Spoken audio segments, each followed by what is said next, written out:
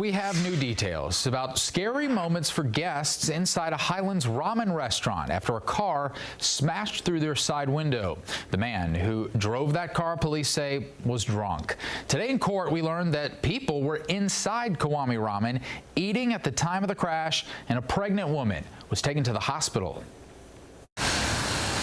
On a rainy Monday afternoon in the Highlands, Kiwami Ramen's front doors are locked, the side windows boarded up, glass still littered across the sidewalk. That's because on Saturday evening, police say 29-year-old Alexis Calvillo crashed his car through the side of the building.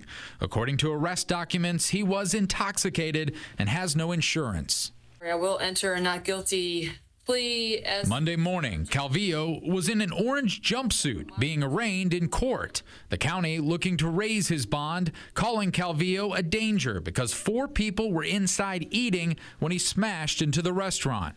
The citation indicates that when the collision occurred, that the building actually could, struck them at their table. One of the victims is pregnant and was transported to the hospital for treatment.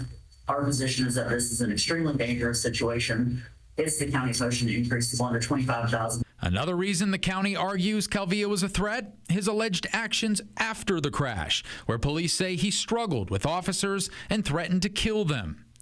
On social media, Kiwami posted, quote, "We are thankful that our guests and team members are safe." No one responded to interview requests Monday, and a reopening date is still listed as TBD. Car has run into a building here in the Highlands. This weekend, the sun was shining and Bardstown Road was busier. Neighbors say the dangerous situation never should have happened. Yeah, seeing where the car entered the building, I'm kind of questioning the logistics of how it happened, but when it's a drunk driver, I guess you can't really put any logic behind it.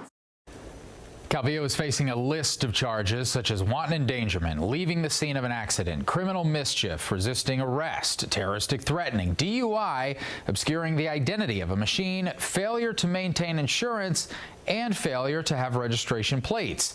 The county says this isn't the first time he's been caught without insurance. The judge setting his bond at $7,500. He can't drive until the case is over or have contact with the restaurant and the victims. Calvillo is due back in court in about a week.